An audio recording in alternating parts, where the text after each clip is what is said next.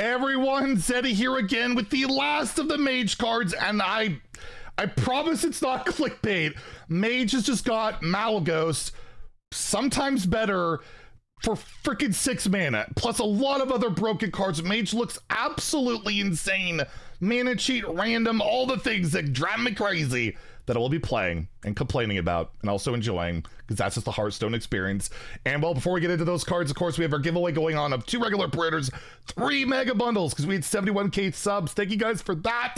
All you have to do to enter that giveaway, like, comment in the video description below, be subscribed to the channel, and you have a chance to win. And well, let's take a look at the cards. Well, 2 of them were actually leaked early. We're gonna go over them because I don't have the official art for them, but it's all about spell school stuff with all these cards, and they look absurd.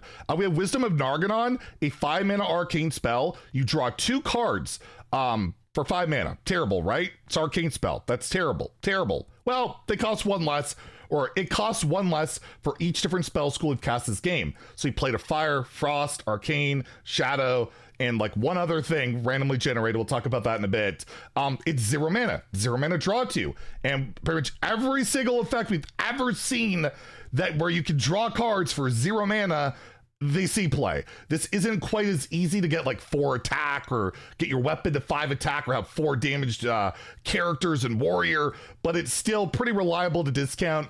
I'm going to give it a 3 out of 5 in standard, a 3 out of 5 in wild. These type of cards always see play, and I can't see this being any different. And of course, you can discover all these type of spells in Mage 2. So pretty much any spell you see is discoverable. You're going to see play at some point, whether you're hard running it or not. But I do think this is a card you're going to put in your deck. Same with Molten Rune. This is a 3 mana forge spell, fire spell, deal 3 damage and a random spell to your hand. So it's like Frostbolt that doesn't freeze, but you get some value. It costs 1 more. However, if you forge this, it'll cast twice, meaning you'll deal 3 damage twice, meaning you'll add a random spell to your hand twice, and it doesn't say mage spell. It just says random spell. So it could be a spell from any class. It could be a Scourge, it could be a freaking Whirlpool, it could be whatever. It could be literally anything other than a triple rune card or some of the undiscoverable legendary spells. Other than that, it could be whatever the hell you want.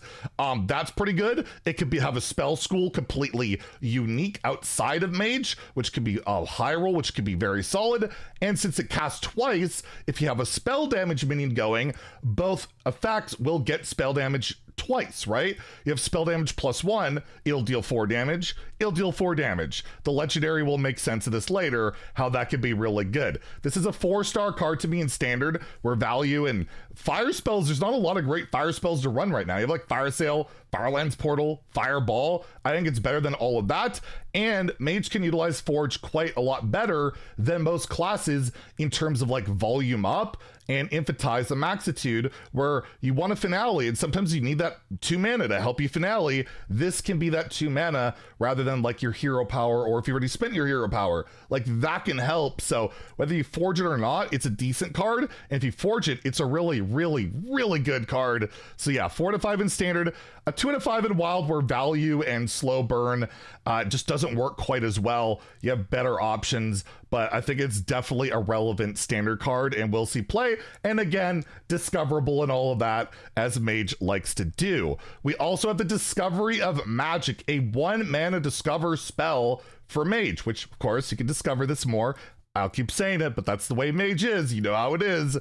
Discover a spell from a spell school you haven't cast this game from any class. So you play this on 1, you can get any spell school in the game, period. Frost, Arcane, Fire, Shadow, Fel, Holy, all that type of stuff, right? Nature, you can get all of it. But if you wait till later in the game when you've cast like your natural Mage spell schools, then you'll basically be guaranteed a spell school outside of your class, meaning you get a spell from outside of your class. Really strong card. These type of cards typically always see play, and you're really going to want to play spell schools from outside your class, outside of your normal comfort zone for these other cards. I'm going to give this a 3 out of 5 in standard, a 2 out of 5 in wild, where again, value and all that stuff. You can play this in Quest Mage. Maybe Wild Quest Mage wants this too.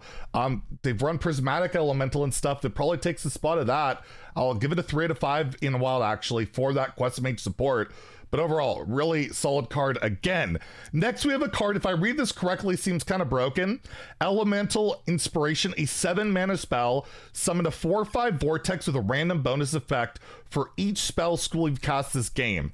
My assumption is you get a 4/5 for each spell school, unless it like combines the effects. But if you take a look, you have all these different vortexes here. This is posted by Hearthstone, where they have Divine Shield, Lifesteal, Poisonous, Reborn, Rush, Stealth, Taunt, Wind Fury. So for 7 mana, you could have a full board of 4/5s, and they could have whatever effect, right? They could all probably have the same. They could have whatever. That's a lot of stats, and they can be proactive. They could be healing, but it should only have one bonus effect on each. These type of stat bombs, we've seen it historically at Hearthstone in Mage, don't really work out that well. We had Grand Finale, it would summon an army of 8/8s. The main difference on that was they were just 8/8s. They didn't have taunt, they didn't have anything like that. These will have bonus effects, but they're just 4/5s. It's so much stats, and you're playing this package already, but I feel like it's going to be an OTK deck. I feel like this is more of like, you're going to discover this card, but it's not even a spell school itself. I'm going to give it a 2 out of 5 in Standard and Wild. It might actually be utterly broken, and I might completely regret this, but typically giant stat bombs in Mage, outside of like a Kel'Thuzad, which can kill your opponent, or a Rafam, which can deal a bunch of damage, draw cards, save your butt. I just feel like this probably isn't reliable enough.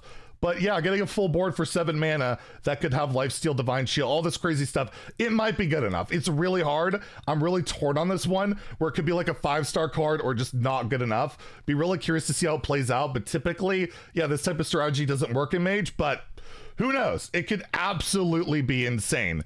And then the last card we have to reveal here is the craziest one to me, Sif.